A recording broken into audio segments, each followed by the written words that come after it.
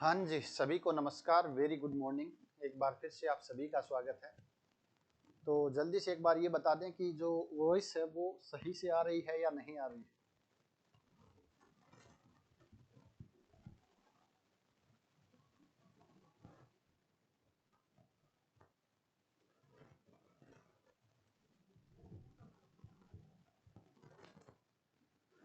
हाँ जी, सुप्रभात, very good morning. Yes sir, ठीक है, तो वही सही आ रही है।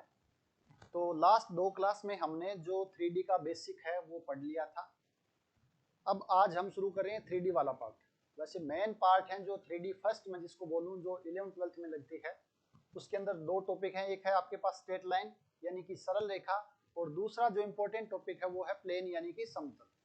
तो यहाँ पर हम प्लेन और समतल के बारे में पढ़ेंगे डिटेल से, वन बाय वन करके। उसके लिए हमें थोड़ा सा बेसिक नॉलेज होना जरूरी है, जिसके बारे में दिक् कोजय क्या होते हैं, दिक् अनुपात क्या होता है, वो सब चीजें हमें आनी चाहिए। और साथ में इसके साथ ही वेक्टर अलजेब्रा का भी हमें नॉलेज होना चाहिए, क्योंकि 3D है, उसको अगर हम वेक्टर की हेल्प से पढ़ते हैं तो चीजें बहुत ज्यादा आसान हो जाती है। हालांकि मैंने बोला भी था आपको कि थोड़ा सा वेक्टर के बारे में पढ़ के आना है, बट कोई नहीं, अगर आप पढ़ गए तो बहुत अच्छी बात है, नहीं पढ़ा तो भी मैं आपको थोड़ा सा बेसिक चीजें जो अपने काम आएंगी वो आपको बता देता हूँ। ठीक है, तो शुरू करते हैं। आज का टॉपिक बहुत ही आसान टॉपिक है, सरल रेखा है, ये सबसे ज्यादा आसान टॉपिक है। सरल नाम इसका, रेखा के अंदर सरल नाम आ रहा है। सरल यानी कि आसान, इजी। सबसे ज्यादा इजी कर्व है वो सरल रेखा है, आपने 2D में पढ़ा होगा। तो हम देखते हैं, उससे पहले थोड़ा सा वेक्टर के बारे में देख लेते हैं।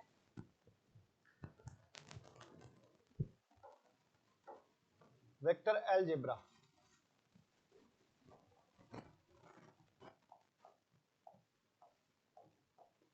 जो जो कंसेप्ट हमारे काम आएंगे उनके बारे में हम थोड़ा सा यहाँ पर डिस्कस कर लेते हैं।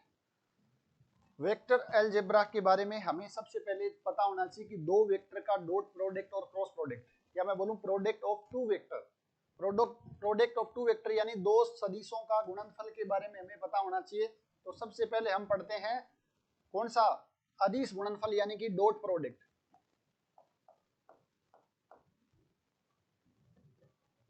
डॉट प्रोडक्ट के बारे में हमें पता होना चाहिए कि अगर आपके पास ए और बी दो वेक्टर हैं तो उनका डॉट प्रोडक्ट है वो किस प्रकार डिफाइन किया जाता है।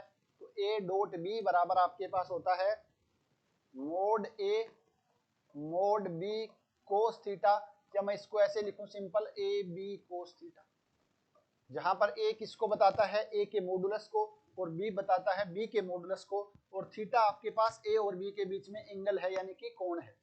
तो हम इसको लिख सकते हैं ए डॉट बराबर ए बी कोस थीटा, और यहां से हमें पता चलता है कि कोस थीटा बराबर आपके पास ए डॉट बी अपॉन में मैग्नीट्यूड ऑफ ए और मैग्नीट्यूड ऑफ बी आता है।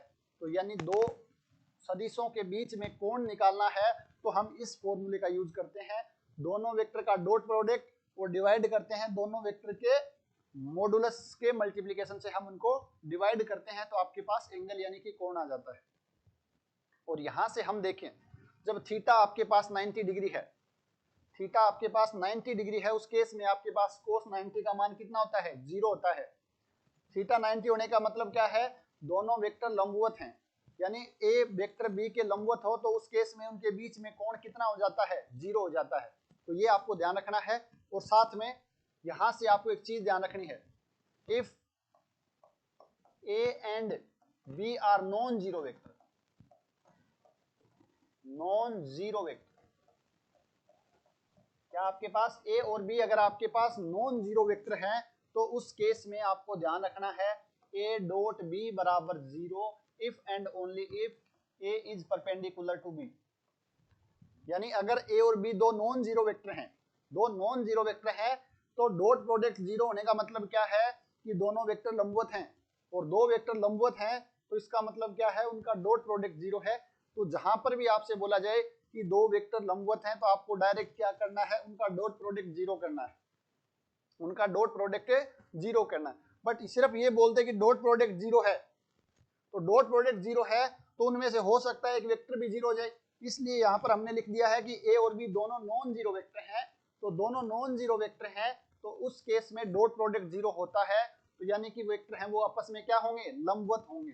परपेंडिकुलर होंगे, तो इस चीज का आपको ध्यान रखना है, वेरी वेरी इंपॉर्टेंट है ये वाला, तो इसको आप थोड़ा सा ध्यान रखना। फिर हम पढ़ते हैं दो वेक्टर का क्रॉस प्रोडक्ट।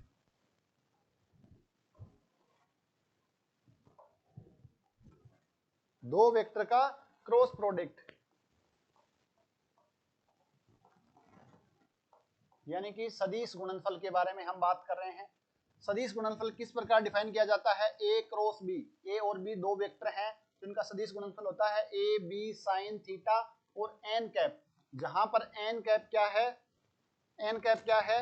ए और बी वेक्टर के लंबवत सदिश है, और वो भी हम क्या करते हैं, जब दाएं हाथ से वो लगाते हैं ना रूल, कौन सा रूल है उसको बोलते हैं अपन, कि जब ये अगर आपके पास ए वेक्टर है या आपके पास बी वेक्टर, उनके बीच में कोण थीटा, तो ए से बी में जाते हैं तो जिस साइड हमारा राइट थंब आता है वो उस एन कैप की दिशा बताता है, और एन कैप का मतलब क्या है? यूनिट वेक्टर है। क्या है? यूनिट वेक्टर है। और यहां से हमें पता चलता है कि जब थीटा बराबर 0 हो जाता है तो साइन 0 का मान 0, थीटा बराबर 0 तो उनका क्रॉस प्रोडक्ट 0 हो जाता है, उनका क्रॉस प्रोडक्ट 0 हो जाता है। और थीटा 0 होने का मतलब क्या है? कि दोनों वेक्टर क्या है? समांतर हैं। तो यहां से हमें पता चलता है एक चीज और, क्या पता चलता है? If A and B are non zero vector, are non zero vector, A और बी आपके पास नॉन जीरो वेक्टर हैं, देन आपको ध्यान रखना है कि ए है वो ए क्रॉस बी बराबर 0 if and only if A is parallel to B.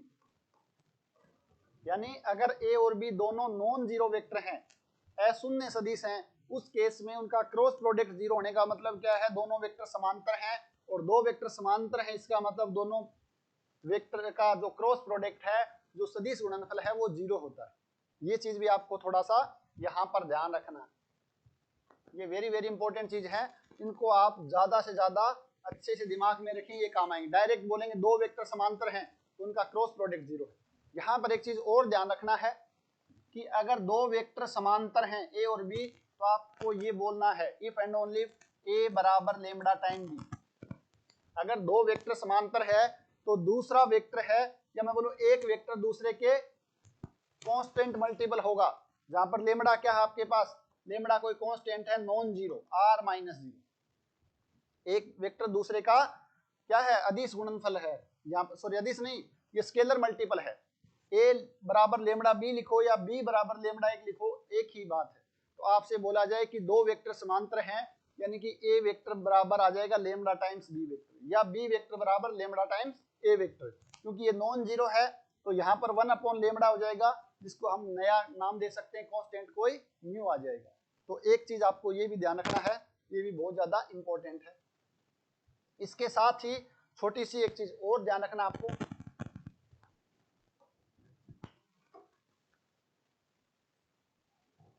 इसके साथ ही मैं लिखता हूं यहां पर ए क्रॉस बी। ए क्रॉस बी वेक्टर है, ये किसको बताता है? ए क्रॉस बी यानी दो वेक्टर का क्रॉस प्रोडक्ट है, ए और बी वेक्टर है। ए क्रॉस बी वेक्टर किसको बताता है? ये ऐसे वेक्टर को रिप्रेजेंट करता है जो ए के भी लंबवत है और बी के भी लंबवत है। A cross B is a vector which is perpendicular to A and B. ठीक है ना, इस चीज का ध्यान रखना। A cross B is a vector which is perpendicular to both A vector and B vector.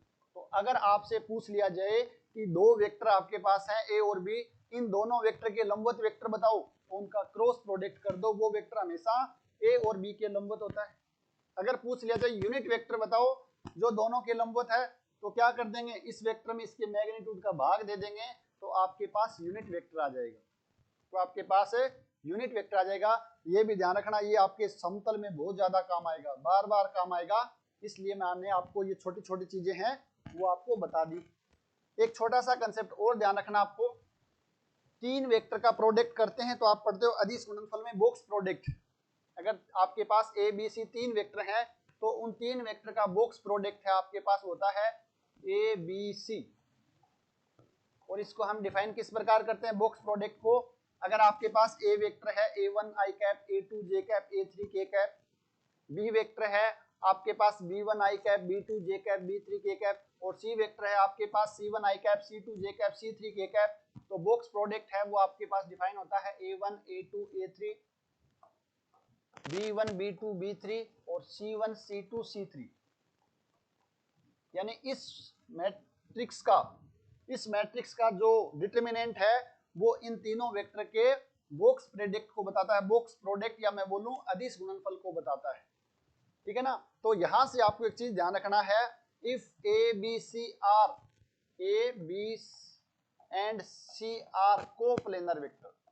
क्या है? कोप्लेनर, यानी एक ही समतल में स्थित है। कोप्लेनर को हिंदी में बोलते हैं समतलीय सदिश। समतलीय सदिश है। अगर तीन वेक्टर समतलीय हैं तो आपको क्या ध्यान रखना है कि उनका बॉक्स प्रोडक्ट है वो हमेशा 0 होगा।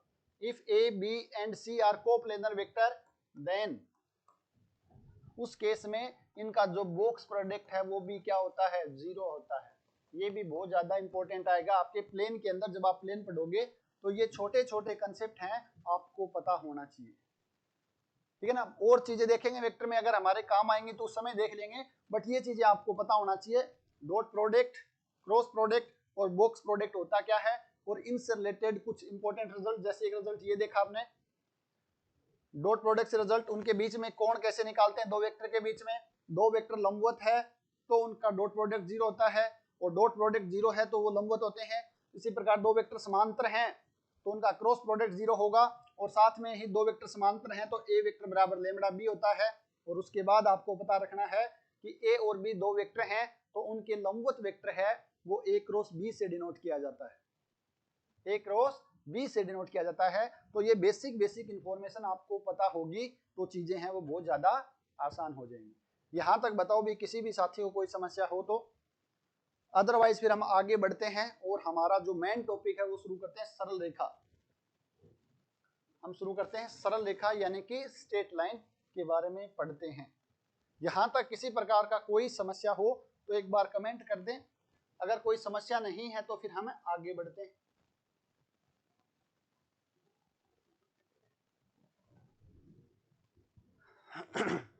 हालांकि हम वेक्टर अलजेब्रा है वो पढ़ चुके हैं तो आप में से किसी को कोई समस्या नहीं होगी। तो चलो शुरू करते हैं सरल रेखा के बारे में। तो सबसे पहले मैंने आपको थोड़ा बहुत कल भी डिस्कस किया था, आज वापस डिस्कस करते हैं कि सरल रेखा, एक सरल रेखा को यूनिकली डिटरमाइन करना है यानी अद्वितीय निर्धारित करना है तो आपके पास क्या क्या होना चाहिए 3D के अंदर, यानी कि समष्टि में या मैं बोलूं 3D में सरल रेखा के अद्वितीय, सरल रेखा अद्वितीय निर्धारित होती है, अद्वितीय निर्धारित होती है यदि, या मैं इंग्लिश में बोलूं, a straight line is uniquely determined if. Uniquely determine कब करते हैं किसी सरल रेखा को? आपके पास क्या क्या होना चाहिए? मैंने आपको तीन चीजें बताई थी। जबकि 2D में हम देखते हैं कि एक सरल रेखा को यूनिकली डिटरमाइन करना है तो आपके पास अगर दो चीजें हैं, पहली चीज आपके पास एक पॉइंट हो और एक गिवन डायरेक्शन हो, यानी इस बिंदु से गुजरने वाली हो और इस दिशा के समांतर हो या इस दिशा में हो तो आप यूनिकली डिटरमाइन कर सकते हो। दूसरी चीज, दो दिए गए बिंदुओं से गुजरने वाली सरल रेखा भी हमेशा यूनिक होती है। जबकि हमारे पास 3D के अंदर एक नया कंसेप्ट और आ जाता है तीसरा, कि अगर कोई रेखा, कोई दो असमतल समांतर हो, कोई दो असमांतर समतल हो तो उनके प्रतिच्छेदन से भी हमें क्या मिलती है? एक सरल रेखा मिलती है। तो यहां पर हम यूनिकली डिटरमाइन तीन तरीके से कर सकते हैं। फर्स्ट आपके पास है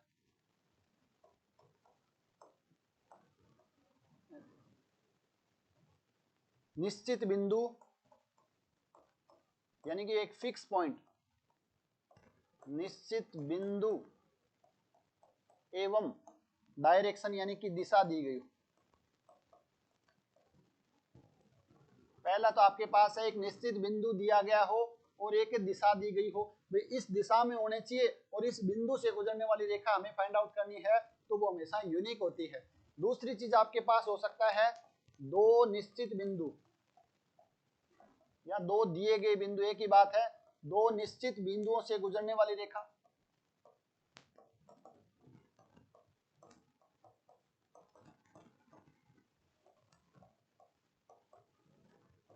और तीसरी चीज आपके पास होनी चाहिए कि दो असमांतर समतलों के प्रतिच्छेदन से गुजरने वाली रेखा, क्योंकि समांतर एक समतल हो जाएंगे तो वो कभी भी प्रतिच्छेद नहीं करेंगे, इसलिए यहां पर जरूरी है दो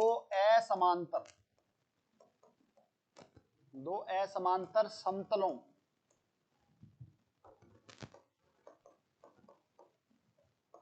के प्रतिच्छेदन से गुजरने वाले।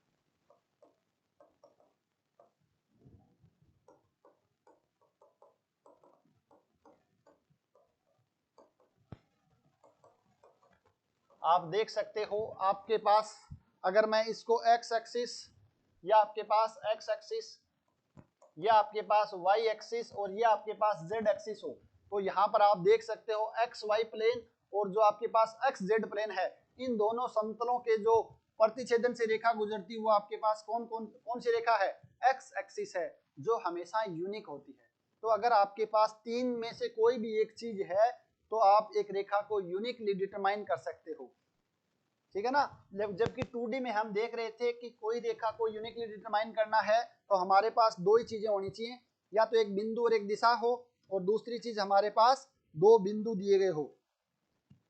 3D में हमारे पास एक नया कंसेप्ट आता है, वो क्या है, दो असमांतर समतलों से गुजरने वाली रेखा भी होनी चाहिए, ठीक है ना। तो ये बेसिक चीजें आपको पता होना चाहिए कि एक रेखा को यूनिकली डिटरमाइन करना है तो इनमें से कोई चीज हमारे पास होनी चाहिए। अब 1 बाय 1 करके हम देखते हैं कि इस सबसे पहले हम ये देखेंगे सरल रेखा में कौन कौन से टॉपिक हमें पढ़ने हैं, क्या क्या टॉपिक हमें सरल रेखा के अंदर पढ़ने हैं। तो हम बात करें, सबसे पहले ये देखेंगे कि सरल रेखा की समीकरण, एक सेकंड कुछ यहाँ पर, हाँ चलो ये आगे पीछे हो गया थोड़ा सा, हाँ ठीक है ना। तो यहाँ पर हम देखेंगे 1 बाय 1 करके सरल रेखा के समीकरण। सबसे पहले हम पढ़ेंगे सरल रेखा होती क्या है। कोई भी चीज हो, नई चीज है, तो हमारे दिमाग में सबसे पहले क्वेश्चन यही आता है कि ये क्या है, ये कैसी दिखती है। कोई भी चीज अगर आपके सामने नाम लिया जाए, जैसे अनार, तो आपके दिमाग में अनार कैसा दिखता है, वो काम क्या, खाने के काम आता है, ठीक है ना। ऐसे कोई भी चीज का नाम लो तो सबसे पहले दिमाग में होता है कि क्या है, यानी सबसे पहले परिभाषा। दूसरी चीज आपके पास कैसी दिखती है, यानी कि उसकी समीकरण कैसी है, तो सरल रेखा की समीकरण के बारे में पढ़ेंगे। उसके बाद हम देखेंगे सरल रेखा के व्यापक समीकरण का सम्मित रूप में समाधान, यानी सरल रेखा की समीकरण पढ़ेंगे तो हम उसके अंदर पढ़ेंगे कार्टेशियन फॉर्म, उसके अंदर पढ़ेंगे वेक्टर फॉर्म, उसके अंदर पढ़ेंगे सम्मित फॉर्म, उसके अंदर पढ़ेंगे हम जनरल फॉर्म, व्यापक समीकरण। फिर हम देखेंगे कि व्यापक समीकरण को सम्मित फॉर्म में किस प्रकार हम समानीयन करते हैं, किस प्रकार हम रिड्यूस करते हैं, तो उसके बारे में देखेंगे। नेक्स्ट आपके पास है सरल रेखा पर स्थित व्यापक बिंदु के निर्देशांक, यानी कोई सरल रेखा गिवन है आपके पास, तो उसके ऊपर कोई आपको एक जनरल पॉइंट फाइंड आउट करना है, तो वो किस प्रकार फाइंड आउट करते हैं उसके बारे में देखेंगे। नेक्स्ट है दो रेखाओं के मध्य कोण। और रेखा क्या कर सकती है, दो रेखाएं हैं, अगर आप वो इंटरसेक्ट करेंगे आपस में तो उनके बीच में कोण बनेगा, तो वो कोण कैसे निकालेंगे उसके बारे में देखेंगे। नेक्स्ट आपके पास है दो रेखाओं का प्रतिच्छेदन, यानी दो रेखाएं अगर प्रतिच्छेद करती हैं तो उस प्रतिच्छेदन बिंदु के निर्देशांक है वो किस प्रकार फाइंड आउट किए जाते हैं उसके बारे में देखेंगे। नेक्स्ट आपके पास है एक बिंदु की एक रेखा से लंबवत दूरी, लंबपाद एवं प्रतिबिंब, यानी अगर आपके पास ये रेखा है तो कोई बिंदु आपके पास P गिवन है, तो इसका लंबपाद कैसे निकालेंगे, इसका लंब का पाद यानी m के कोऑर्डिनेट, ये लंबवत दूरी कैसे निकालेंगे, और इस बिंदु का जो आपके पास प्रतिबिंब है, इमेज है, वो इमेज कैसे निकालेंगे, ये भी हम पढ़ेंगे इसके अंदर। नेक्स्ट जो आपके पास टॉपिक होगा विषम तलीय रेखाएं, यानी स्क्यू लाइन। स्क्यू लाइन कौन सी होती हैं, ऐसी रेखाएं जो ना तो समांतर होती हैं ना ही समतली होती हैं, एक समतल में स्थित नहीं होती हैं, उनको बोलते हैं विषम तलीय रेखाएं। और नेक्स्ट आपके पास है दो रेखाओं के मध्य लघुत्तम दूरी, यानी दो रेखाएं अगर इंटरसेक्ट करेंगी तो लघुत्तम दूरी 0 हो जाएगी। अगर दो रेखाएं आपके पास समांतर हैं तो दूरी कैसे निकालेंगे, अगर दो रेखाएं आपके पास विषम तलीय हैं, एक समतल में नहीं है, स्क्यू लाइन है, तो उनके बीच में दूरी कैसे निकालते हैं, इन सभी के बारे में 1 बाय 1 करके हम चर्चा करेंगे। तो ये हमारा टॉपिक रहेगा सरल रेखा वाला, इसके अंदर हम देखेंगे 1 बाय 1 करके चीजों को, और एक एक करके जैसे आगे बढ़ेंगे तो चीजें आपके क्लियर होती जाएंगी, ठीक है ना। तो ये हमारी रूपरेखा रहेगी सरल रेखा के अंदर। तो सबसे पहले हम शुरू करते हैं सरल रेखा की समीकरण। और जिसमें आपके पास फर्स्ट टाइप का यानी दी गया बिंदु हो, यानी बिंदु ए से गुजरने वाली तथा दी गई डायरेक्शन यानी डी डायरेक्शन उसकी रेखा की मैं बोलूं या डायरेक्शन डी हो या बोले किसी वेक्टर डी के समांतर रेखा हो, तो उस रेखा का समीकरण आपको फाइंड आउट करना है। तो वो किस प्रकार फाइंड आउट करते हैं देखते हैं। क्या आपके पास दिए गए बिंदु ए वेक्टर, ए बिंदु है जिसके कोरस्पॉन्डिंग जो पोजीशन वेक्टर है वो ए वेक्टर है, से गुजरने वाली तथा दिए गए सदिश डी के समांतर रेखा का समीकरण। यानी ये आपके पास देखो, सबसे पहले ये डायग्राम आपको पता होना चाहिए तो चीजें हैं वो बिल्कुल आसान हो जाएंगी। ये आपके पास एक्स एक्सिस है, ये आपके पास वाई एक्सिस है, ये आपके पास जेड एक्सिस है, ये समष्टि है। इसके अंदर आपके पास एक लाइन गिवन है, ये आपके पास एक सरल रेखा गिवन है, मान लेते हैं L बराबर 0। इस सरल रेखा की समीकरण हमें फाइंड आउट करनी। इसके लिए हमें क्या बोला गया है कि ये सरल रेखा बिंदु A से गुजरती है, तो यहाँ कहीं पर बिंदु A होगा जिसका आपके पास पोजीशन वेक्टर है वो A वेक्टर है। दूसरी चीज क्या बोली गई है कि ये दिए गए सदिश D के समांतर है, तो सदिश D के समांतर है तो मान लेते हैं आपके पास ये कोई वेक्टर है D वेक्टर, तो इसके समांतर है। तो ये चीजें दी गई है, इससे हम ये डायग्राम बना सकते हैं। आपके पास क्या गिवन है, एक रेखा की समीकरण फाइंड आउट करनी है जो बिंदु A से गुजरती है और इस सदिश D के समांतर है। ये अगर हम बना सकते हैं तो हमारी चीजें हैं वो बहुत ज्यादा आसान होगी। अब हमें क्या करना है, एक छोटा सा काम हमें हमेशा करना है, चाहे सरल रेखा वाला करो चाहे समतल वाला करो, कि एक बिंदु हमें इस सरल रेखा पर आर्बिट्रेरी बिंदु मानना है अपनी तरफ से। मान लेते हैं कि इस सरल रेखा पर एक स्वेच्छ बिंदु R है जिसका पोजीशन वेक्टर R है। माना इस सरल रेखा पर एक स्वेच्छ बिंदु, एक आर्बिट्रेरी पॉइंट R है, कोई भी बिंदु आर्बिट्रेरी पॉइंट R है जिसका स्थिति सदिश यानी पोजीशन वेक्टर है वो R वेक्टर है। अब अगर आपने ये वेक्टर मान लिया है तो आप थोड़ा सा ध्यान देखोगे तो आप खुद बोल दोगे कि सर AR वेक्टर है एक तो आपके पास, दूसरा आपके पास D वेक्टर है। ये दोनों वेक्टर क्या हैं, समांतर वेक्टर है।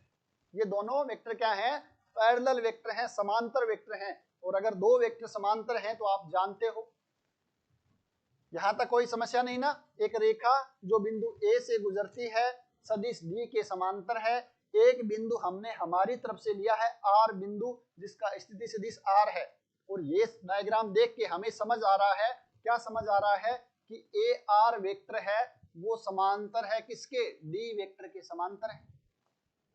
और अभी हमने देखा है कि अगर दो वेक्टर A और B वेक्टर समांतर होते हैं तो A बराबर लेमडा टाइम्स B लिख सकते हैं। अगर ऐसा लिख सकते हैं तो यहां पर भी मैं लिख सकता हूं दिस इंप्लाइज AR वेक्टर बराबर आपके पास लेमडा टाइम D वेक्टर। कोई समस्या नहीं यहां तक। और ये भी हम जानते हैं AB वेक्टर का मतलब B माइनस A वेक्टर, तो AR वेक्टर का मतलब R vector minus A vector. तो इसको हम लिख सकते हैं R vector minus A vector बराबर lambda D time lambda into D vector. This implies R vector बराबर A vector plus lambda time D vector. तो ये आपके पास सरल रेखा की समीकरण आ गई। और कौन सी समीकरण है, सदिश रूप में है। तो ये सरल रेखा का जो समीकरण है ये सदिश रूप में है, सदिश रूप वेक्टर फॉर्म है। ये कौन सी फॉर्म है, वेक्टर फॉर्म। कितनी आसान है, देखो क्या करना पड़ा आपको, जो जो एंट्री दी गई है वो आपने लिखी है। एक वेक्टर अपनी तरफ से माना है और यहां से हमें दिखाई दे गया दो वेक्टर समांतर हैं, तो समांतर की हमने जो लगाई उसकी कंडीशन कि दो वेक्टर समांतर होते हैं तो इसको संतुष्ट करेंगे। फिर इसको छोटा सा सिंप्लीफाई किया है। और यहाँ पर आपके पास A क्या है, A वेक्टर है वो आपके पास दिया गया वेक्टर है। ये आपके पास गिवन पॉइंट है, दिया गया बिंदु है। और D वेक्टर आपके पास दी गई दिशा है, गिवन डायरेक्शन। अगर आपके पास एक बिंदु गिवन है और आपके पास एक डायरेक्शन गिवन है तो उसका सदिश रूप में जो सरल रेखा के समीकरण है वो क्या हो जाएगी, R वेक्टर बराबर A vector plus lambda D vector. कितना आसान है सरल रेखा का समीकरण। बताओ भी यहां तक किसी को कोई समस्या हो तो, किसी प्रकार की कोई भी समस्या हो तो यहां तक आप बोल सकते हो। ये आपको ध्यान रखना है, सदिश रूप में सरल रेखा का समीकरण। जैसे मैं यहां पर एग्जाम्पल के लिए लिखूं, आर वेक्टर बराबर 1 प्लस या i plus 2j cap plus lambda time 3i cap plus 4j cap plus k cap, ये किसको डिनोट करती है? एक सरल रेखा को डिनोट करती है जो बिंदु 1 2 0 से गुजरती है और जिसका डायरेक्शन है वो कितनी है? डायरेक्शन है वो आपके पास 3i cap 4j cap plus k cap. ये आपके पास डायरेक्शन है, इस बिंदु से गुजरती है। आसान है, कोई समस्या नहीं यहाँ तक। अगर यहाँ तक कोई समस्या नहीं है तो हम इसका कार्टेशियन फॉर्म भी निकाल लेते हैं। कार्टेशियन फॉर्म भी हम निकाल लेते हैं। हम जानते हैं कि ए वेक्टर, मान लेते हैं यहाँ पर, माना आपके पास जो बिंदु ए है उसके कोऑर्डिनेट x1 y1 z1 है। बिंदु ए के कोऑर्डिनेट है वो x1 y1 z1 है और बिंदु आर के कोऑर्डिनेट है वो आपके पास x y z है। x y z है आपके पास, और आपके पास जो डायरेक्शन डी है, डी डायरेक्शन है, ये अगर मैं इस वेक्टर को मान लेता हूं आपके पास A I cap plus B J cap plus C K cap है, A I cap plus B J cap plus C K cap है, तो इसके कोरस्पॉन्डिंग जो हमें पॉइंट मिलेगा, इसके कोरस्पॉन्डिंग हमें जो पॉइंट मिलेगा वो आपके पास ए बी सी हो जाएगा। ठीक है ना? तो डायरेक्शन, ये आपके पास डायरेक्शन क्या होती है? मैंने क्या बताया, सरल रेखा की डायरेक्शन से मतलब क्या है? उसके दिक अनुपात या दिक कोजय हैं। तो ये हम मान लेते हैं कि दिक अनुपात है। ये आपके पास गिवन है, तो इसके अंदर हम वैल्यू पुट करते हैं, इस समीकरण में वैल्यू पुट करते हैं ऊपर वाले में। तो आगे बढ़ते हैं, आपके पास समीकरण क्या है? आर वेक्टर बराबर A vector plus lambda time D vector. यहां से देखो हम क्या कर सकते हैं, R vector minus A vector बराबर लेमडा टाइम डी वेक्टर। और यहां से अगर हम आर वेक्टर का मान रख देते हैं आपके पास, तो X I cap plus Y J cap plus Z K cap minus X one I cap plus X Y one J cap plus Z one K cap, this is equals to lambda time D vector आपके पास क्या है? A I cap plus V J cap plus C K cap. और यहां से अगर हम थोड़ा सा और सिंप्लीफाई करते हैं तो ये आ जाएगा x minus X one I cap plus Y minus Y one J cap plus z minus Z one K cap, this is equals to आपके पास हो जाएगा lambda time A I cap plus B J cap plus C K cap. Simple calculation, जोड़ घटा कर रहे हैं vector के अंदर, जो आप सभी को आता है।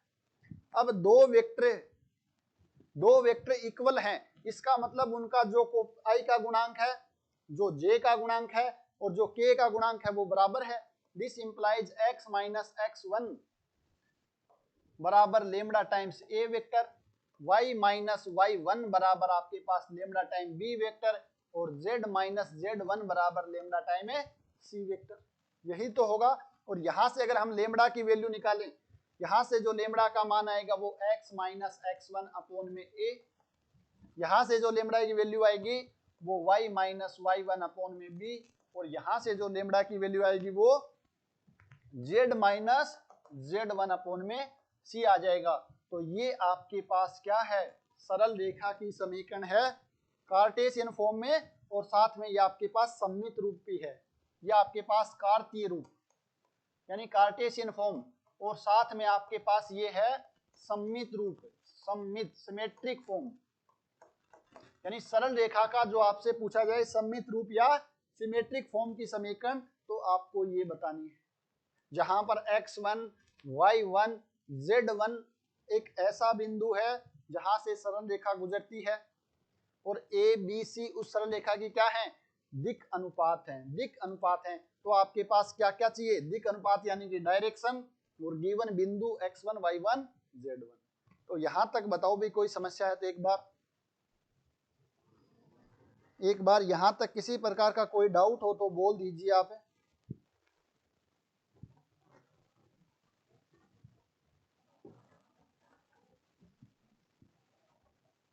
ये एक ऐसी सरल रेखा है जो बिंदु x1 y1 z1 से गुजरती है, और जिसकी दिक कोजा ABC है। तो आपसे पूछे कि बिंदु x1 y1 z1 और ABC दिक कोजा वाली सरल रेखा की समीकरण, तो ये हो जाएगी। एग्जाम्पल के लिए मैं यहाँ पर अगर लिखूं, आपसे बोला जाए कि बिंदु 1 2 3 से गुजरने वाली एवं 2 -1 4 दिक अनुपात वाली सरल रेखा का समीकरण क्या होगा? वाली सरल रेखा का समीकरण कितना होगा बताओ भाई? सरल रेखा का समीकरण तो आप कहोगे यहां पर क्या हो जाएगा? सरल रेखा समीकरण इस बिंदु से गुजरती है x - 1 y - 2 z - 3 अपॉन में 2 -1 और 4। ये सरल रेखा का समीकरण है जो बिंदु 1 2 3 से गुजरती है, जिसके दिग अनुपात 2 - 1 और 4 है। तो इस प्रकार आपसे पूछा जाएगा, या आपसे सरल रेखा दे दी जाएगी और पूछेगा किस बिंदु से गुजरती है और उसके दिग अनुपात क्या है या दिक कोजा क्या है। अगर दिग अनुपात हमें पता है तो दिक कोजा हम वहां से आसानी से निकाल सकते हैं। तो ये दूसरी फॉर्म थी आपके पास, जिसको कार्टेशियन फॉर्म या बोलते हैं सिमेट्रिक फॉर्म। तीसरी एक फॉर्म और आती है, उसके बारे में भी हम डिस्कस कर लेते हैं। हमें क्या गिवन है आपके पास? जो सरल रेखा की समीकरण है वो x - x1 अपॉन में a, y - y1 अपॉन में b और z - z1 अपॉन में c, और मान लेते हैं ये लेमड़ा के बराबर है। ये माना कि लेमड़ा के बराबर है, तो यहां से आपके पास जो x की वैल्यू है वो कितनी आ जाएगी? x बराबर x1 plus a lambda, y बराबर y1 प्लस b लेमड़ा और z बराबर z1 प्लस c लेमड़ा। और ये जो समीकरण है आपके पास वो है पैरामेट्रिक फॉर्म, प्राचलिक रूप। कौन सा रूप है? प्राचलिक रूप, यानी कि parametric form of straight line. ये आपके पास सरल रेखा का प्राचलिक रूप है। तो इस प्रकार पैरामेट्रिक फॉर्म में हम एक सरल रेखा की समीकरण है वो लिख सकते हैं, जहां पर लेमड़ा आपके पास क्या है? एक पैरामीटर है। लेमड़ा आपके पास क्या है? कि पैरामीटर है। तो कितना आसान है, एक बिंदु और दी गई दिशा से गुजरने वाली सरल रेखा का समीकरण। बताओ भाई, यहां तक किसी प्रकार का कोई डाउट? एक बार हम सभी समीकरण की इक्वेशन देख लेते हैं, उसके बाद यहां से आए हुए जो जो क्वेश्चन है उनको एक साथ हमें सोल्व कर लेंगे या हल कर लेंगे। ठीक है, तो बताओ किसी प्रकार का कोई डाउट? सबसे पहले वेक्टर फॉर्म, अगर वेक्टर फॉर्म आपको पता है तो बाकी तो उसकी हेल्प से ही हम आसानी से निकाल सकते हैं। और वेक्टर फॉर्म के लिए ध्यान में एक ही चीज रखनी है, ये डायग्राम। अगर आपको ये डायग्राम पता है तो आप साफ साफ दिख रहा है कि जो ए आर वेक्टर है वो डी के समांतर है, और डी के समांतर है तो समांतर की जो जो कंडीशन है वेक्टर में वो लगाई है और इसको सिंप्लीफाई किया। तो जल्दी से एक बार कमेंट करके बता दें कि इसको रिवाइज करना है या चीजें क्लियर हैं। सरिता जी बोले नो डाउट सर, कोई डाउट नहीं है, डाउट होगा भी नहीं। टॉपिक इतना आसान है, नाम इसका सरल रेखा है, तो डाउट तो बनता भी नहीं है। ठीक है ना? जिसके कोई भी डाउट हो बोल दिया करो, सर ये चीज समझ में नहीं आई, दोबारा बताओ। 1 बाय 1 करके हम देखेंगे चीजों को धीरे धीरे। चलो कोई डाउट नहीं तो बहुत अच्छी बात है। नेक्स्ट आगे बढ़ते हैं। जो नेक्स्ट आपके पास टॉपिक है वो क्या? दो दिए गए बिंदु ए वेक्टर ए एवं बी वेक्टर से गुजरने वाली रेखा का समीकरण। यानी इसका मतलब है ए का पोजीशन वेक्टर ये है, बी का पोजीशन वेक्टर, यानी दो बिंदुओं से गुजरने वाली सरल रेखा का समीकरण चाहिए। वापस क्या करना, हमें वही डायग्राम बनाना है। तो हम देखते हैं, यह आपके पास x एक्सिस हो गई है, यह आपके पास y एक्सिस हो गई है, और यह आपके पास z एक्सिस हो गई। एक सरल रेखा की समीकरण हमें चाहिए, एक सरल रेखा की समीकरण हमें चाहिए। तो मान लेते हैं यह आपके पास l बराबर 0 क्या है? एक सरल रेखा है। क्या क्या क्या दिया गया है? ये सरल रेखा बिंदु a और b से गुजरती है, तो ये मान लेते हैं आपके पास बिंदु a है जिसका पोजीशन वेक्टर a है, और दूसरा बिंदु b है जिसका पोजीशन वेक्टर b है। एक काम हमेशा आपको अपनी तरफ से करना है, मैंने बताया था क्या करना है। एक आर्बिट्रेरी पॉइंट है वो इस सरल रेखा पे मानना है, और वो पॉइंट मान लेते हैं हमारे पास r है जिसका पोजीशन वेक्टर r वेक्टर। अब ये देख करके आपको एक चीज समझ में आ गई होगी। क्या समझ में आया? यहां से आपको यहां से आपको एक चीज समझ में आ गई होगी कि सर ए आर वेक्टर है, ए आर वेक्टर है वो ए बी के समांतर है, यानी संपाती है तो भी समांतर ही होता है। एवरी कोइंसिडेंट पॉइंट है ना, कोइंसिडेंट जो लाइन है वो हमेशा क्या होती है, पैरेलल तो होती है, यानी संपाती रेखा हमेशा समांतर होती है। तो यहां से मुझे देखकर पता चल रहा है कि ए आर जो वेक्टर है वो समांतर है A B vector. A R जो वेक्टर है वो ए बी वेक्टर के समांतर है, पैरेलल है, और पैरेलल है तो वही कंडीशन वेक्टर वाली, क्या कि अगर पैरेलल है तो ए आर वेक्टर बराबर आपके पास हो जाएगा lambda time A B vector, जहां पर लेमडा है वो नॉन जीरो रियल नंबर है। और यहां से आप लिखोगे तो यह आ जाएगा R minus A vector, this is equal to lambda time B minus A vector. और यहां से आप लिखोगे तो आपके पास आर वेक्टर बराबर A vector plus lambda time B minus A vector हो जाएगा। तो ये आपके पास वापस कौन सी फॉर्म आ गई है, सदिश रूप आ गया है, यानी कि वेक्टर फॉर्म आ गई। ये आपके पास वापस सदिश फॉर्म यानी वेक्टर फॉर्म आ गया। आप कहोगे सर यहाँ बी वेक्टर भी तो आ सकता है, बिल्कुल आ सकता है। क्यों? क्योंकि यहाँ पर A R vector A B के समांतर है। आप ऐसे भी तो बोल सकते हो कि बी आर वेक्टर है वो आपके पास ए बी के समांतर है। अगर ये होगा बी आर तो आर माइनस बी, आर बराबर बी वेक्टर। यानी यहाँ पर हमें जो भी अच्छा लगे एक बिंदु रखना है, वो हमें चेक करना पड़ेगा ऑप्शन के हिसाब से कि ऑप्शन किस प्रकार बना रखे हैं। तो ये आपके पास गिवन पॉइंट है, और ये आपके पास जो दो बिंदु गिवन है ए और बी, तो उनकी हेल्प से हमें क्या निकाल ली, डायरेक्शन निकाल ली उसकी। ए बी वेक्टर है तो ये उसकी डायरेक्शन को बताता है, तो ये आपके पास डायरेक्शन, क्या आपके पास डायरेक्शन यानी कि दिशा, ये सरल रेखा की दिशा को बताता है। तो यहां चाहो तो ए माइनस बी भी कर सकते हो, ठीक है ना, ए माइनस बी, क्योंकि रेखा की दिशा है वो दोनों साइड होती है, तो उस चीज का ज्यादा फर्क नहीं पड़ेगा आपको। तो ये ध्यान रखना है, एक बिंदु यहां रखना है plus lambda time B minus A, plus lambda time B minus A हो जाएगा। तो ये सदिश रूप में आपके पास क्या हो जाएगी, एक सरल रेखा की समीकरण आ जाएगी। वापस हमें क्या करना है कि सदिश रूप में सरल रेखा का समीकरण, बिंदु ए है आपके पास, तो मान लेते हैं बिंदु ए है आपके पास, वो आपके पास x1 y1 z1 है जिसके निर्देशांक, और बी के निर्देशांक x2 y2 z2, x2 y2 z2 है आपके पास।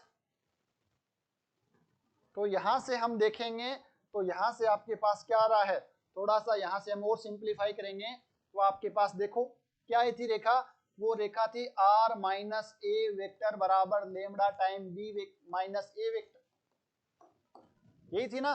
इससे जस्ट पहले वाला एक्सप्रेशन, यहां से पहले वाला एक्सप्रेशन ये है। तो यहाँ पर आर वेक्टर है वो मान लेते हैं एक्स वाई जेड है। तो यहां से आप देखोगे तो आपके पास वैल्यू पुट करेंगे एक्स वाई जेड, ए की जगह आपको रखना है x1 i cap, x2 y1 j cap plus z1 k cap, और इसी प्रकार b और a की वैल्यू पुट करेंगे।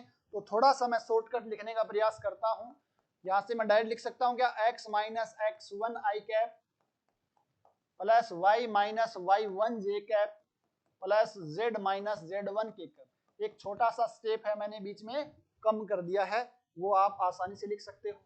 This is equal to lambda time, यहां से x2 minus x1 i cap plus y2 minus y1 j cap plus z2 minus z1 k cap.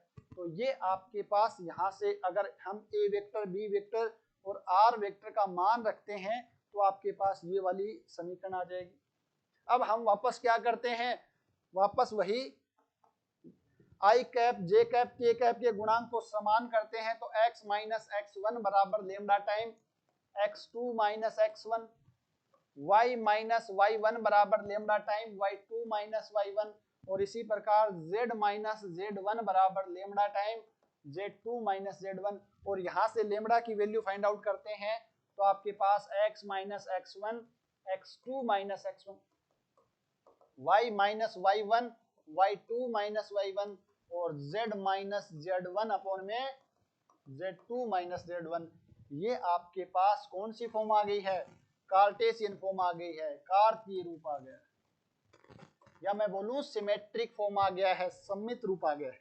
दो बिंदु हैं तो उन दो बिंदुओं से दिक अनुपात कैसे निकालते हैं, x2 minus x1, y2 minus y1, z2 minus z1। तो ये आपके पास दिक अनुपात है और बिंदु x1 y1 z1 से गुजरने वाली रेखा है। तो ये आपके पास वापस कार्टेशियन फॉर्म या सिमेट्रिक फॉर्म आ गया।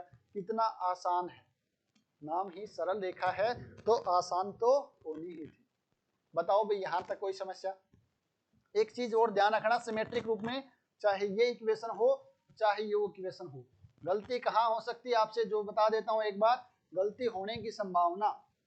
सिमेट्रिक फॉर्म में आपको ध्यान रखना है, सिमेट्रिक फॉर्म कब बनती है, जब x y z के गुणांक इकाई हो, x y z का गुणांक इकाई हो तभी जाके आप इसको सिमेट्रिक फॉर्म बोलोगे।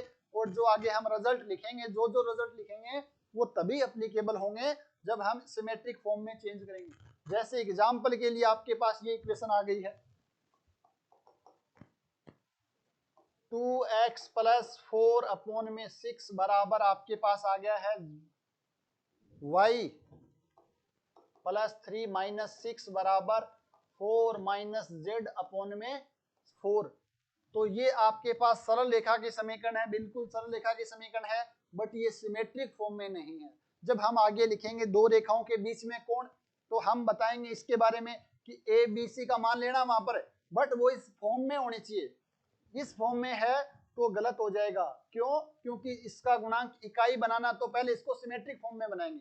अगर इसके हिसाब से देखें तो आपके पास एबीसी 6 माइनस 6 और 4 आ रहे हैं, जबकि हम इसको सिमेट्रिक फॉर्म में कन्वर्ट करेंगे तो पहले 2 से डिवाइड करेंगे तो x प्लस 2 बट्टा आपके पास कितना आ जाएगा, 3 आ जाएगा।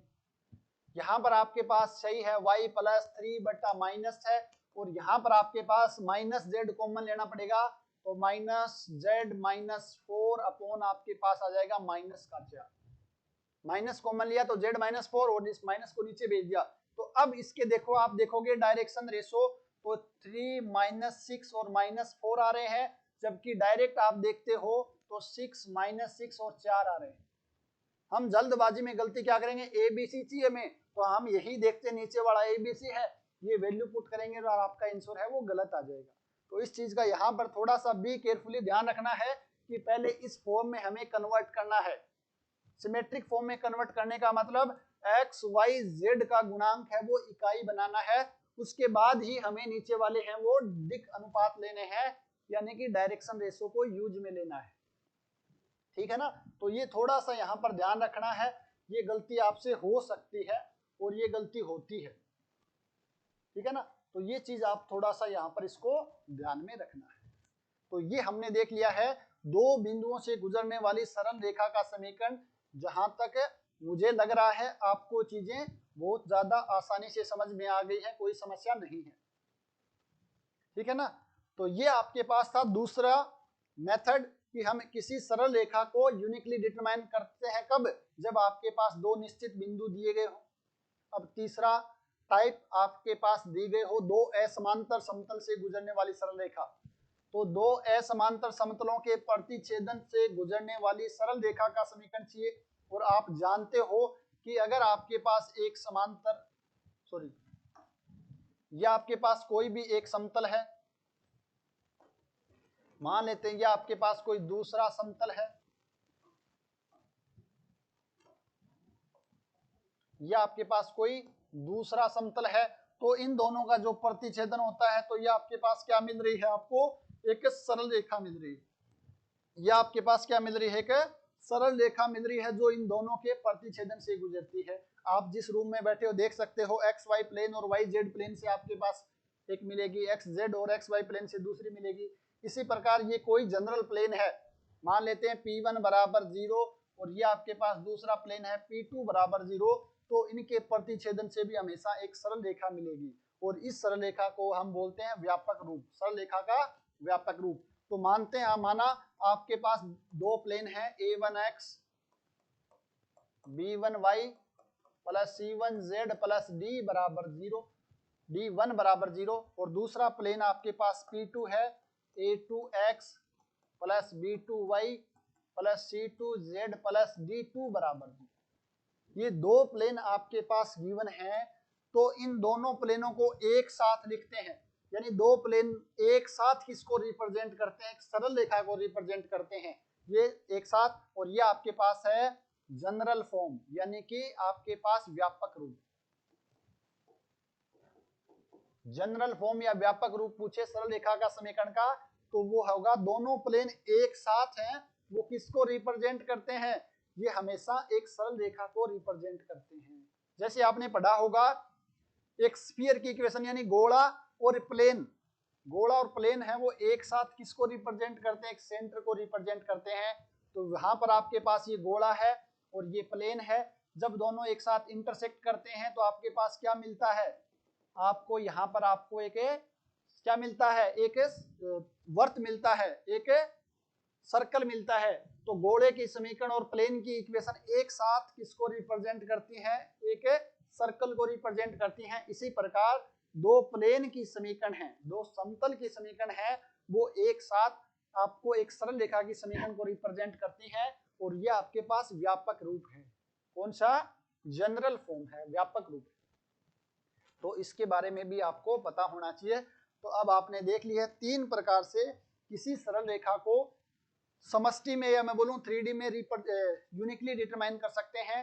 फर्स्ट, आपके पास एक बिंदु एक दिशा दी गई हो, दूसरा आपके पास दो बिंदु से गुजरने वाले, और तीसरा आपके पास दो असमांतर समतल, क्योंकि अगर समतल समांतर हो गए तो कभी भी एक दूसरे को कट नहीं करेंगे, अगर समांतर नहीं है उसी केस में एक दूसरे को प्रतिच्छेद करेंगे, और हमेशा प्रतिच्छेदन से एक सरल रेखा गुजरेगी या एक सरल रेखा का निर्माण होता है। तो ये था आपके पास तीसरा टाइप का इक्वेशन ऑफ सरल रेखा या सरल रेखा का समीकरण, ठीक है ना। तो ये तीन चीजें आपको ध्यान रखनी, बहुत ही आसान है, कुछ ज्यादा इसके अंदर है नहीं। अब हम देखते हैं नेक्स्ट क्या, अच्छा उससे पहले एक छोटा सा और देख लेते हैं, निर्देशी अक्षों की समीकरण, equation of axis, coordinate axis, निर्देशी अक्षों की समीकरण देखते हैं। ये आपके पास वापस आपका डायग्राम, ये डायग्राम आपको ध्यान में रहना चाहिए। ये आपके पास एक्स एक्सिस है, ये आपके पास वाई एक्सिस है, और ये आपके पास जेड एक्सिस, ये आपके पास ओरिजिन है। आपको निर्देशी अक्षों की समीकरण लिखनी है, यानी एक्स एक्स की, दूसरी आपके पास ये वाई एक्स की, और तीसरी आपको चाहिए जेड एक्स की। तो आपको अभी बताया कि एक सरल रेखा का अगर आपको निर्माण करना है, एक सरल रेखा की इक्वेशन लिखनी है, तो आपके पास या तो दो पॉइंट होने चाहिए, या एक पॉइंट और एक डायरेक्शन होनी चाहिए, या वो दो समतलों के उससे गुजरनी चाहिए, क्या बोलते हैं, दो समतलों के प्रतिच्छेदन से गुजरनी चाहिए। तो सबसे आसान जो है वो देखते हैं, एक्स एक्स की समीकरण लिखते हैं। तो एक्स एक्सिस है वो ओरिजिन से पास होती है, यानी 0,0,0 से गुजरती है। एक्स एक्स की दिक्कोजा, डायरेक्शन क्या होती है एक्स एक्स की दिक्कोजा, मैं यहाँ पर लिखूं डायरेक्शन, तो ये होती है 1 0 0। तो आपके पास बिंदु गिवन है, आपके पास डायरेक्शन कोसाइन या डायरेक्शन रेशियो गिवन है, तो आप क्या लिख सकते हो, सरल रेखा की समीकरण एक बिंदु और एक डायरेक्शन वाले तरीके से। तो अगर आपको लिखनी है यहाँ पर, तो क्या हो जाएगी, x minus x1 0, y minus y1 0, z minus z1 0 upon में x1 0 0। ए बी सी का मान है 1 0 0, x1 y1 z1 का मान है 0 0। तो ये आपके पास किसकी समीकरण आ गई है, x x की समीकरण आ गई है। इसी प्रकार अगर हमें y x की लिखनी है, तो same y minus 0 upon 0, sorry यहाँ पर आपके पास x आएगा, x minus 0 upon 0, y minus 0 upon 1, z minus 0 upon. इसी प्रकार अगर हमें z x की समीकरण लिखनी है, तो x minus 0 upon 0, y minus 0 upon में 0, और ये आ जाएगा z माइनस 0 अपॉन में 1। तो ये x एक्सिस, y एक्सिस और z एक्स की समीकरण आ गई है आपके पास। बताओ भी आसान है या नहीं है, आसान है या नहीं, आप बताओ कितना आसान तरीके से हम इसको लिख सकते हैं आसानी से।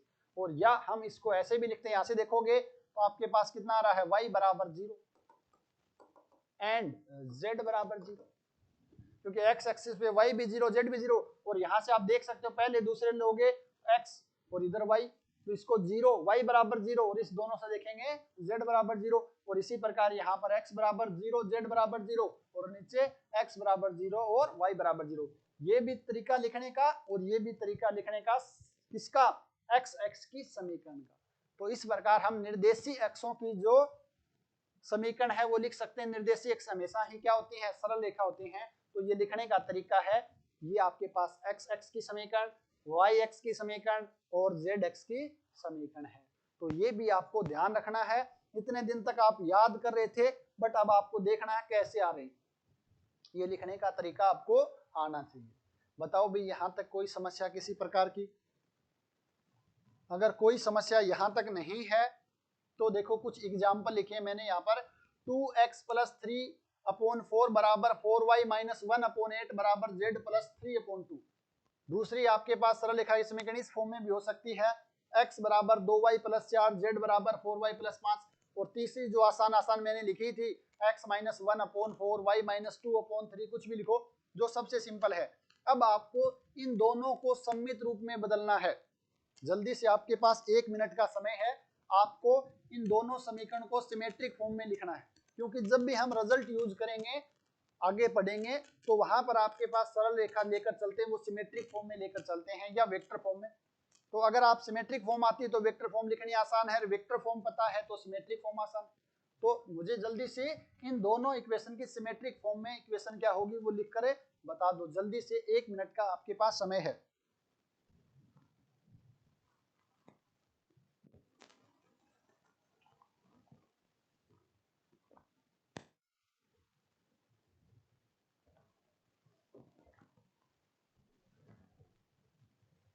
चीजें समझ में तो आ रही है ना? किसी प्रकार का कोई डाउट नहीं होना चाहिए। धीरे धीरे आगे बढ़ेंगे तो सब चीजें बिल्कुल ही आसान है, आगे भी ऐसे ही आसानी से चलती रहेंगी। बट आप शुरुआत में ऐसे चीजों रटने लग जाओगे तो चीजें समझ में नहीं आएंगी। ज्योमेट्री एक ऐसा टॉपिक है, यहाँ पर आपको हर चीजें हैं वो विजुलाइज होंगी, हर चीजें विजुलाइज होंगी, बट आपको 1 बाय 1 स्टेप बाय स्टेप बढ़ना है। रजनीकांत की तरह डायरेक्ट ऊपर बढ़ोगे तो यहाँ पर काम नहीं चलेगा। अगर छोटा सा स्टेप बीच में खा गए तो पूरा खेल बिगड़ जाएगा। इसलिए आपको बिल्कुल स्लोली धैर्य के साथ, पेशेंस के साथ आगे बढ़ोगे तो चीजें बहुत आसान है। ठीक है ना? तो जल्दी से मुझे बताओ भाई आप, दिव्यांश ग्रग ने बता दिया है x + 3/2, अच्छा x + 3/2 बराबर y - 1/4 z + 3/2 लगाना। यहाँ पर थोड़ा सा आपने शायद भूल गए हैं, अच्छा 2 का डिवाइड कर दिया है। ठीक है, ठीक है, जल्दी और बताओ भाई, अपनी कॉपी में जरूर लिख ले। चलो मैं लिखता हूँ यहाँ पर। इसका सिमेट्रिक फॉर्म क्या हो जाएगा, देखो हमें x y z का गुणांक 1 बनाना है, तो यहाँ से हम क्या कर सकते हैं, यहाँ से 2 कॉमन लेना पड़ेगा। जैसे ही 2 कॉमन लेंगे तो आपके पास x + 3/2 और 2 से हम नीचे वाले से डिवाइड कर देंगे तो 2 आ जाएगा। यहाँ पर आपको 4 कॉमन लेना पड़ेगा तो y - 1/4 और नीचे 2 आ जाएगा। और यहाँ पर आप देखोगे तो z + 3/2, या आप चाहो तब 2 को कैंसिल आउट कर सकते हो, या आप डायरेक्ट ऐसे रख सकते हो। तो ये बिंदु -3/2 1/4 और -3 से गुजरने वाले। जल्दबाजी में एक गलती और यहाँ पर भी होगी, अगर हमें पूछे किस बिंदु से गुजरती है तो हम डायरेक्ट लिख देंगे 3/2 1/4 माइनस का और 3, जबकि हमें देखना x - x1 है, तो यहाँ पर माइनस बनाएंगे तो आपके पास ये माइनस आएगा, ये प्लस आएगा, ये माइनस आएगा। ये छोटी छोटी सिली मिस्टेक जिसको आप बोलते हो वो यही होती है। ये डायरेक्ट पॉइंट उठाया एज इट इज रख देंगे, बट हमें पता है x - x1 होता है, तो इसको लिखेंगे x - 3/2, तब जाके ये स्टैंडर्ड फॉर्म में कन्वर्ट होती है। तो -3/2 -1/4 प्लस का 1/4 और -3 आ जाएगा। और इसके जो डायरेक्शन रेशियो है वो 2 2 1 करो, या इसको भी आप हटा सकते हो, 1 1 1 कर सकते हो। एक ही बात है, डायरेक्शन रेशियो है वो इनफाइनाइट होते हैं, अनंत होते हैं, हम जानते हैं। ठीक है ना? तो इसकी सिमेट्रिक फॉर्म है वो ये होगी, इस बिंदु से गुजरती है और ये इसके दिग अनुपात है। नेक्स्ट सेकंड वाली बताओ भाई। इस टाइप का क्वेश्चन है वो एक बार असिस्टेंट प्रोफेसर में पूछा गया है। सरिता जी बोल रहे हैं x + 3/2 बिल्कुल सही है, बिल्कुल सही है भाई, ये वाला सेम लिखा है, बिल्कुल सही है। इस टाइप का इक्वेशन देके उसने कुछ और कंडीशन पूछी थी, जिसको हम देखेंगे क्वेश्चन असिस्टेंट प्रोफेसर में पूछा था और शायद फर्स्ट ग्रेड में भी पूछा जा चुका है। तो इस फॉर्म को कैसे कन्वर्ट करेंगे एक बार देखिए। यहाँ पर देखो आप x है वो भी y की फॉर्म में है और z भी y की फॉर्म में है। तो यहाँ से हमें क्या करना, y का मान लिख लेना है। तो यहाँ से आपके पास x माइनस 4/2 बराबर y, और यहाँ से y का मान कितना आ जाएगा, z माइनस 5/4। कितना आसान है, ये भी y के बराबर है, ये भी y के बराबर है, यानी कि दिस अपॉन में 1।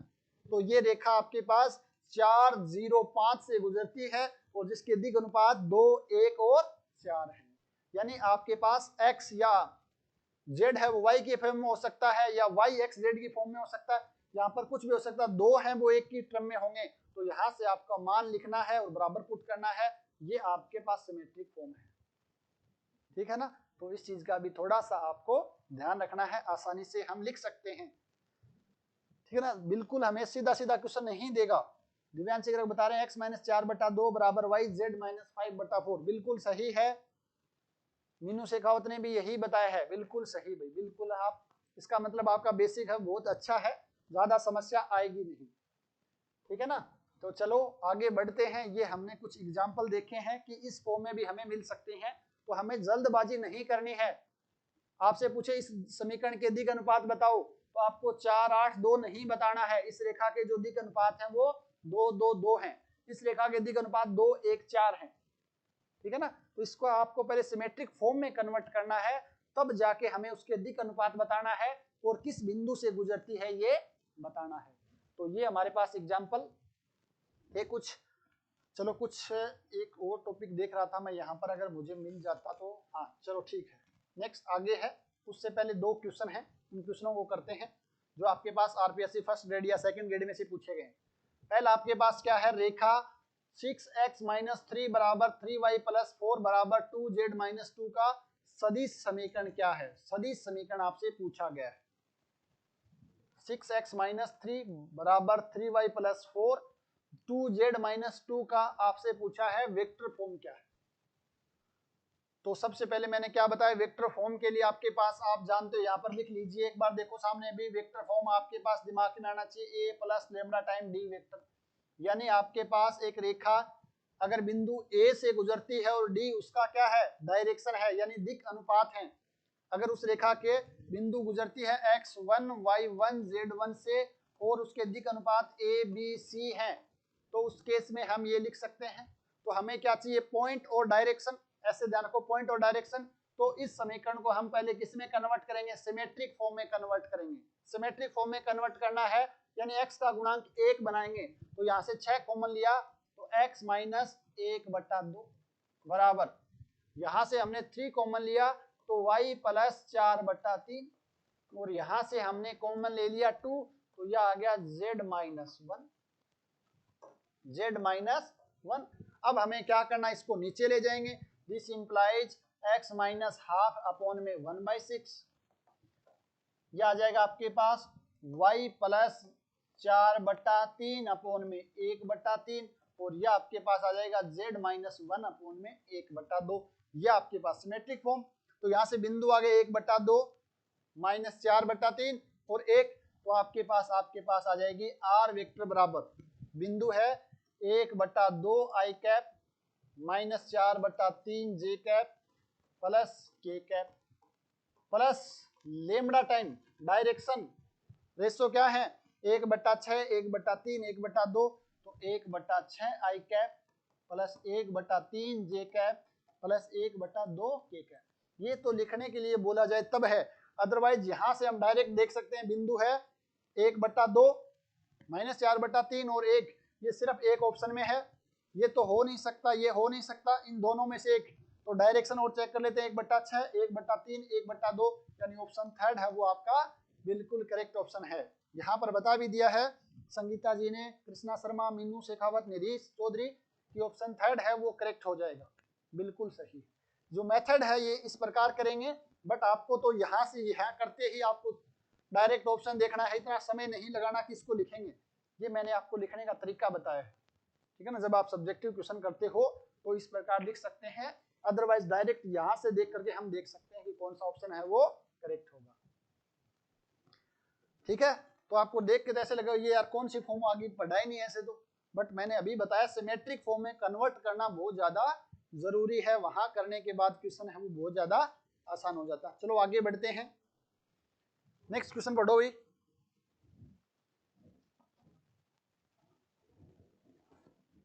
नेक्स्ट है बिंदु 1 2 3 से गुजरने वाली, आपके पास एक बिंदु गिवन है और इस रेखा के समांतर रेखा का समीकरण, ये देखो रेखा कौन सी गिवन है आपके पास, x minus Y plus 2z minus 5 बराबर 0, और दूसरा आपके पास है 3x plus Y plus Z minus 6 बराबर 0।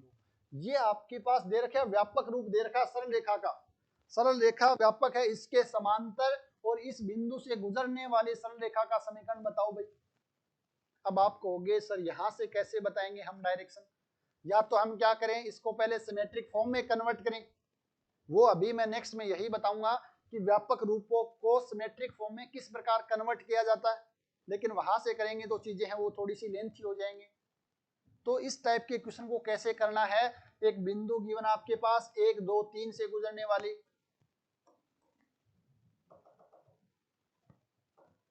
1 2 3 से गुजरती हो और इनके समांतर है, तो इनसे तो गुजरने वाली बिंदु से देखेंगे तो सारी की सारी इसी बिंदु से गुजरते हैं, तो यानी कि यहां से तो हम किसी को डिस्कार्ड भी नहीं कर सकते हैं, हमें चाहिए डायरेक्शन।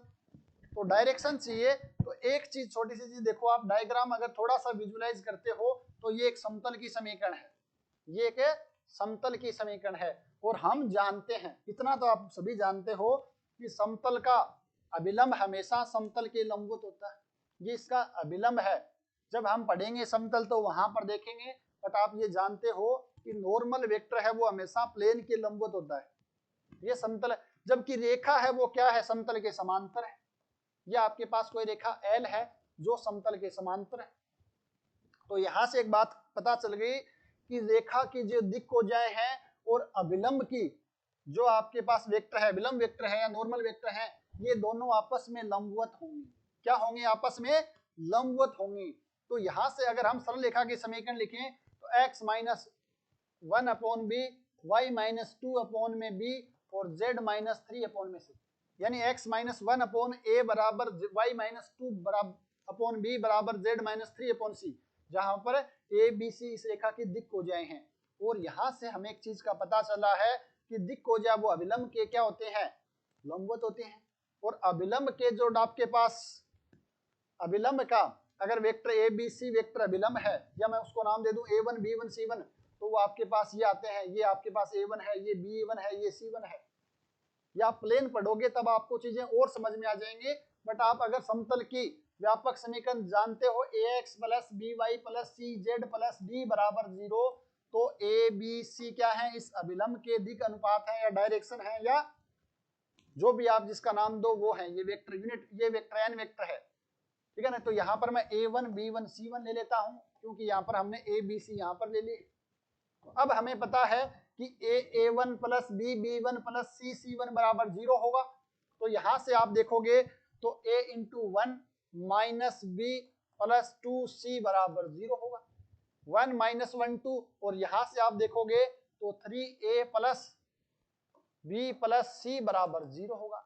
तो इन दोनों समीकरण का यूज करके हमें ए बी सी का मान निकालना है, या हमें क्या करना है, या हमें चेक करो कि कौन से ए बी सी का मान ऐसा है जो इनको संतुष्ट करते हैं। अगर मान निकालना है तो ए अपॉन माइनस बी अपॉन में सी, आप सभी जानते हो वो क्रैमर रूल कैसे निकालते हैं। ए को निकालना है तो ये आपके पास माइनस का 1 और ये आपके पास आ जाएगा प्लस का 2, माइनस का 2 सॉरी, माइनस का 1 और माइनस का 2, माइनस का 3 आ जाएगा।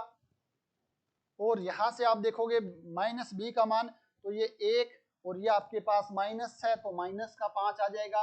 और जब सी का मान निकालोगे माइनस का 1 और प्लस का 3, तो ये आपके पास 4 आ जाएगा। तो यहाँ से ए बी सी का मान है वो कितना हो जाएगा, ए बट्टा माइनस 3, बी बट्टा 5 और सी बट्टा 4 आ जाएगा।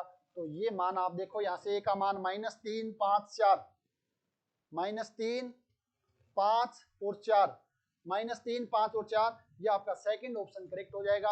और आप चाहो तो चेक कर सकते हो, ये -3 आ जाएगा, ये आपके पास +5 आ जाएगा, इसको संतुष्ट भी करना चाहिए भाई। प्लस एक बार देखो संतुष्ट कर रहा है क्या? ए का मान रखा मैंने -3, बी का रखा 5, तो -8, 4 दूनी 8, बिल्कुल संतुष्ट कर रहे हैं। तो इस प्रकार हम ए बी सी का मान है वो फाइंड आउट कर सकते हैं।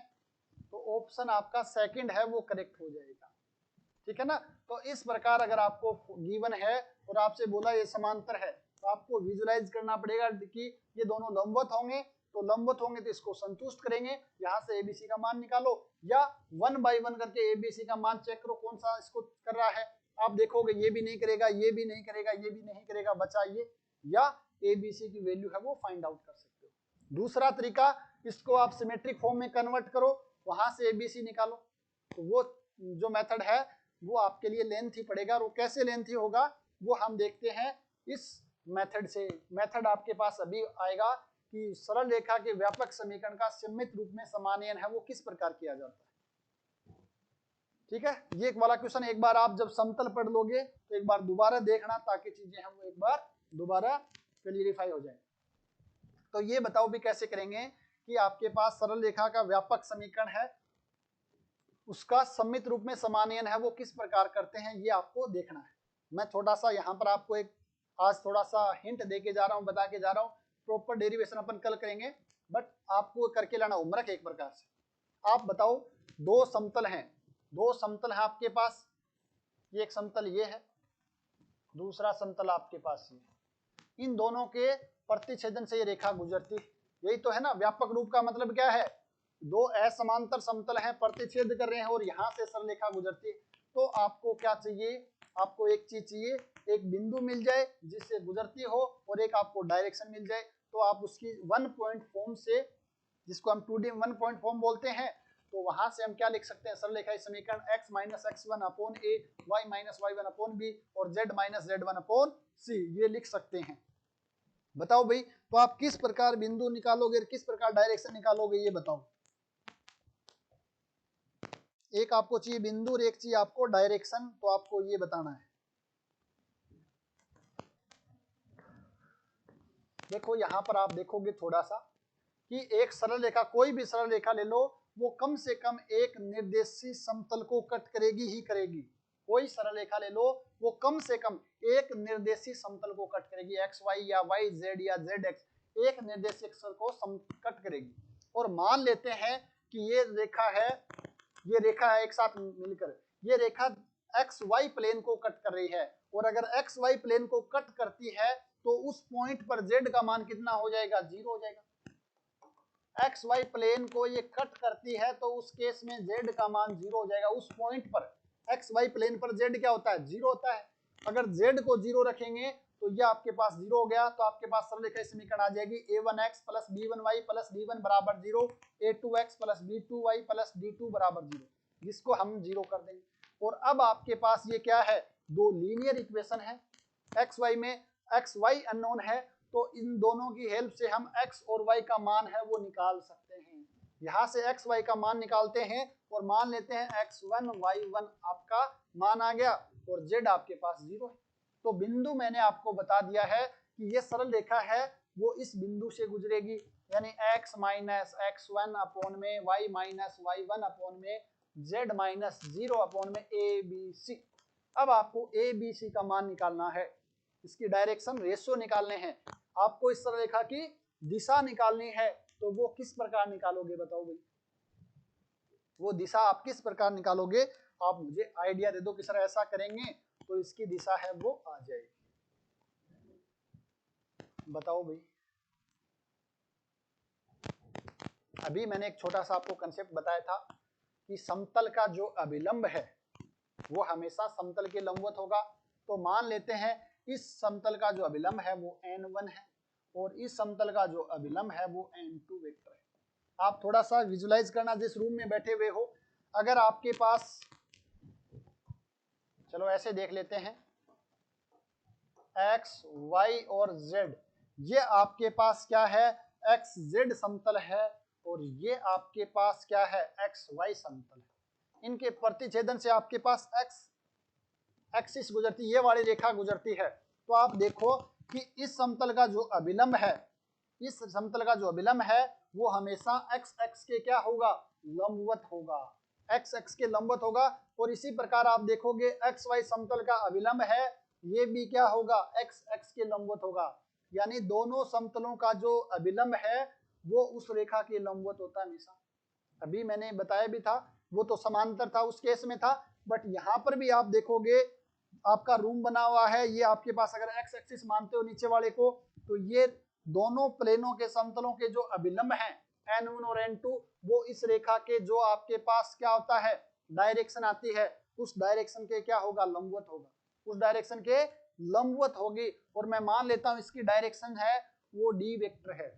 क्या है, डी वेक्टर है। तो आप मुझे एक ऐसा वेक्टर बताओ जो n1 के लंबवत भी हो और n2 के भी लंबवत हो। आपसे पूछे n1 और n2 दोनों वेक्टरों के लंबवत एक वेक्टर चाहिए, तो वो कौन सा वेक्टर होगा बताओ।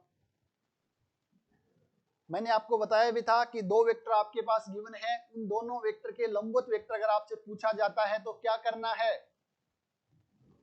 क्या करना है बताओ। दो वेक्टर आपके पास गिवन है, उन दोनों वेक्टर के लंबवत वेक्टर आपसे पूछा जाता है, तो उन दोनों का क्रॉस प्रोडक्ट बताना है।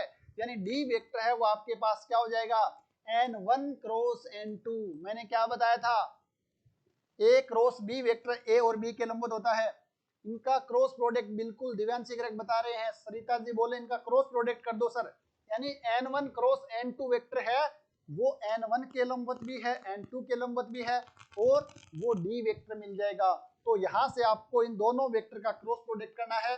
n1 है a1 i cap b1 j cap c1 k cap, n2 है a2 i cap b2 j cap c2 k cap. इन दोनों वेक्टर का क्रॉस प्रोडक्ट करो तो एक वेक्टर मिलेगा।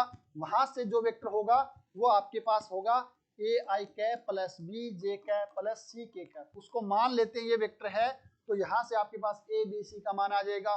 पॉइंट आपके पास आ गया है, ए बी सी का मान आपके पास आ गया है, यहाँ पर रखेंगे तो ये समीकरण है व्यापक रूप, ये सिमेट्रिक फॉर्म में कन्वर्ट हो जाएगा, ये सममित रूप में कन्वर्ट हो जाएगा। तो अगर हम इस टाइप से इसको हम सिमेट्रिक फॉर्म में कन्वर्ट कर सकते हैं।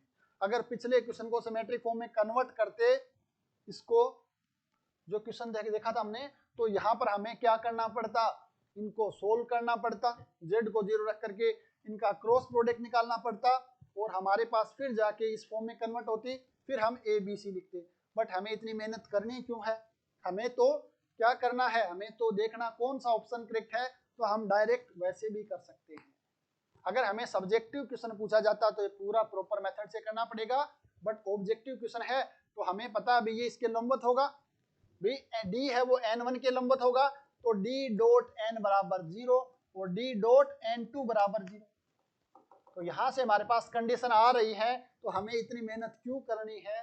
तो हमें अगर क्वेश्चन ऑब्जेक्टिव करना है तो शॉर्टकट वैसे करेंगे, अगर हमें पता है पूरा करना है तो हम इस मेथड से उसको पूरा सोल्व करेंगे।